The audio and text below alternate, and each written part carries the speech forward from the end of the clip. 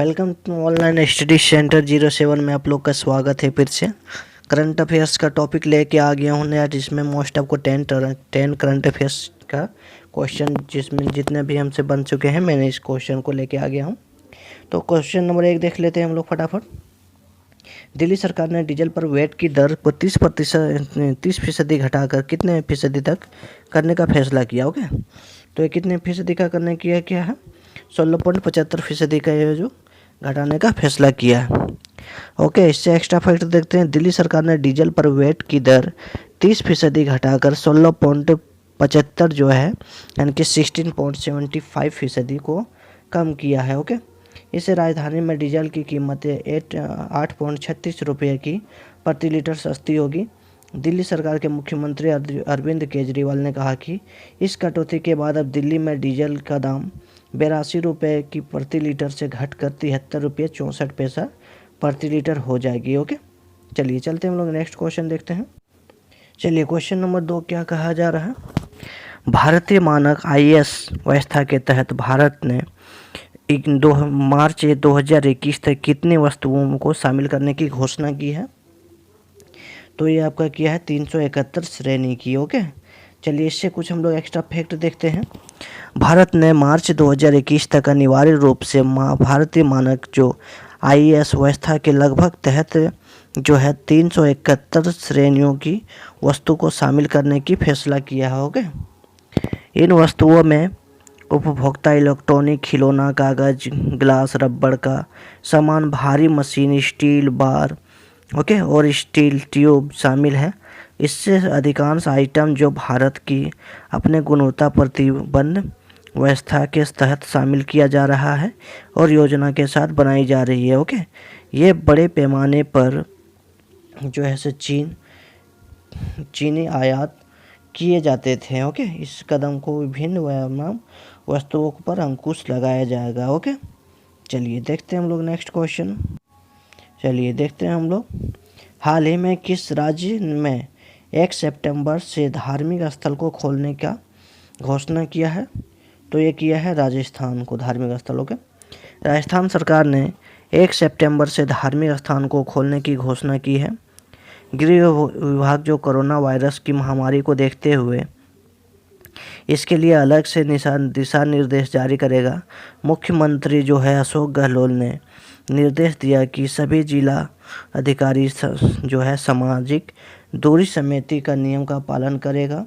सुनिश्चित करने के लिए धार्मिक स्थलों को खोलने के लिए अभी से तैयारी शुरू कर दिया गया है। ओके, चलिए अगला क्वेश्चन देखते हैं। चलिए अगला क्वेश्चन क्या कहा गया है? प्रधानमंत्री नरेंद्र मोदी का निजी सचिव निम्नलिखित में से किसे नियुक्त किया गया है? तो यह किया गया हार्दिक सचिंद्र शाह को। ओके, हार्दिक सचिंद्र शाह को नरेंद्र मोदी का निजी सचिव नियुक्त किया गया है।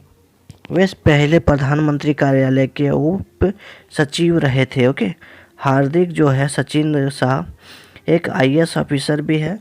वे गुजरात जो है 2010 के बैच कैडर में है। वे राजीव टोपनो की जगह लेंगे। ओके, गत वर्ष PM में भेजे जाने से वार्षिक हार्दिक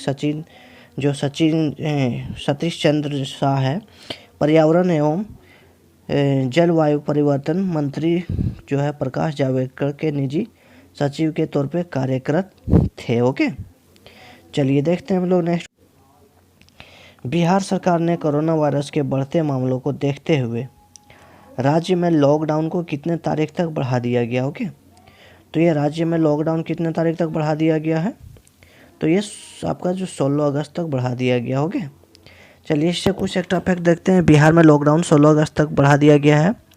इसके साथ साथ कुछ रियायतों भी दिया गया है। ओके, लॉकडाउन के दौरान बिहार के सभी सामाजिक राजनीतिक लॉकडाउन के दौरान जो है खेल, मनोरंजन, शैक्षणिक, सांस्कृतिक, धार्मिक सभा पर रोक पहले से ही कर दी गई है।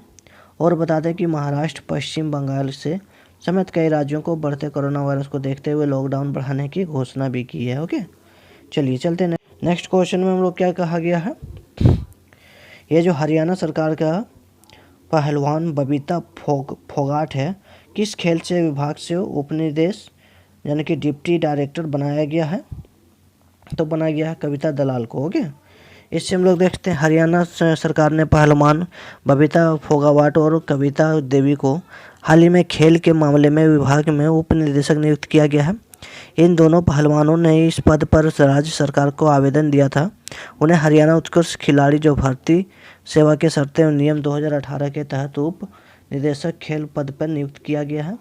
आदेशों के अनुसार दोनों एक ही महीने के अंदर दोनों विभाग से जुड़ना होगा। ओके, अंतर्राष्ट्रीय पहलवान बबीता फोगाट प्रसिद्ध कुश्ती कोच महावीर फोगाट की बेटी है। वे 2014 में राष्ट्रमंडल खेलों के स्वर्ण पदक विजेता भी रहे हैं। ओके, चलिए देखते हैं क्वेश्चन नंबर 7 क्या कहा गया है। भारतीय मूल के किस राजनेता को हाल ही में सिंगापुर के इतिहास में पहली बार विपक्ष का नेता नामित किया गया है? तो यह किया गया है आपका प्रीतम सिंह को। ओके, चलिए इससे कुछ एक्स्ट्रा फैक्ट देख लेते हैं। प्रीतम सिंह की वर्कर्स पार्टी जो है 10 जुलाई को हुआ है, आम चुनाव के तौर पे हुआ था। ओके, इसमें से 93 सीट जो है 10 संसदीय पार्टी सीटें जीती थी, जिसमें उसकी पार्टी सिंगापुर की संसद में सबसे विपक्षी पार्टी रही थी। ओके, उल्लेख्यों कि सिंगापुर के इतिहास में सबसे पहले औपचारिक रूप से विपक्ष नेता जो है नामित किया गया है। इस प्रकार प्रीतम सिंह के साथ सिंगापुर की संसदीय प्रणाली का एक अध्यक्ष के रूप में भी शुरुआत किया गया। ओके, चलिए चलते हैं हम लोग नेक्स्ट क्वेश्चन। चलिए, नासा ने हाल ही में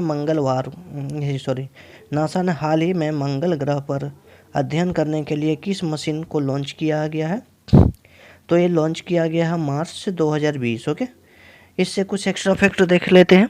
मंगल ग्रह की चट्टान को पहली बार धरती पर लाकर किसी प्राचीन जीवन के परिणाम की जांच की, उसका विश्लेषण करने के लिए वास्ते नासा में अब तक का सबसे बड़ा जो है जटिल रोवर प्रक्षेपित किया गया है। लंबे समय से तक चलने वाले इस महाकांक्षी परियोजना को अंतर्गत ही कार्य कर रोवर जो है हाल ही में दिनों चीन के संयुक्त अरब अमीरात जो है यूएई के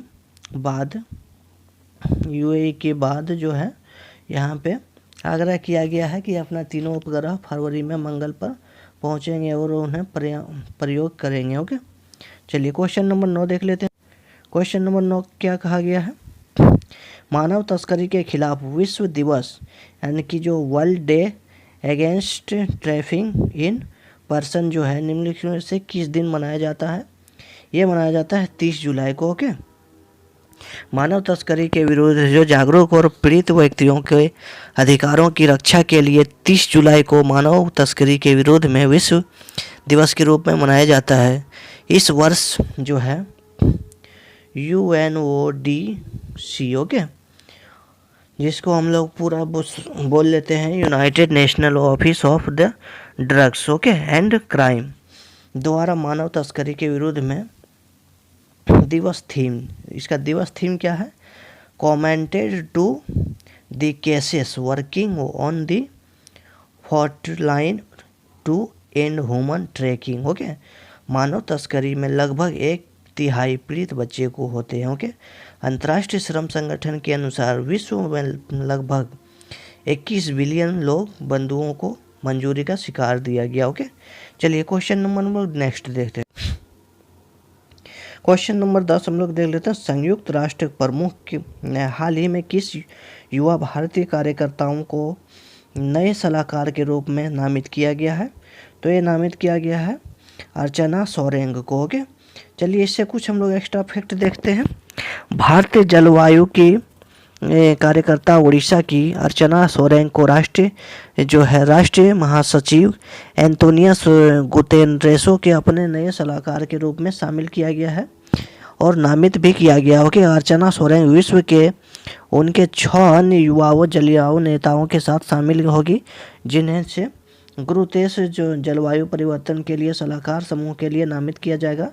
अर्चना सोरेन वकालत एवं अनुसंधान की अनुभवी और भी कई जनजातीय समुदाय के लिए प्रारंभिक कलबंद करने के संरक्षण में बढ़ावा देने के लिए काम कर रही है। ओके, तो चलिए आज का क्वेश्चन समाप्त हुआ यहीं पे। अगर आप लोग को वीडियो अच्छा लगा है तो अपने दोस्तों में शेयर करिए, स्टडी ग्रुप में शेयर कीजिए और चैनल को लाइक एंड सब्सक्राइब कीजिए ताकि आने वाला प्रत्येक वीडियो को आप लोग सभी को प्रॉफिट हो। ओके, और आने वाले हर एग्ज़ाम में आपका जो है करंट अफेयर्स मैच करेगा, इसमें मेरा 100% गारंटी है। ओके, चलिए आप लोग लाइक एंड सब्सक्राइब कर लीजिए ताकि आपको आने वाला प्रत्येक वीडियो मिल सके। और नीचे देखिए घंटी का जो निशान है उसे ऑल नोटिफिकेशन ऑन कर लीजिए। ओके, चलिए मिलते हैं नेक्स्ट वीडियो में, तब तक के लिए बाय बाय।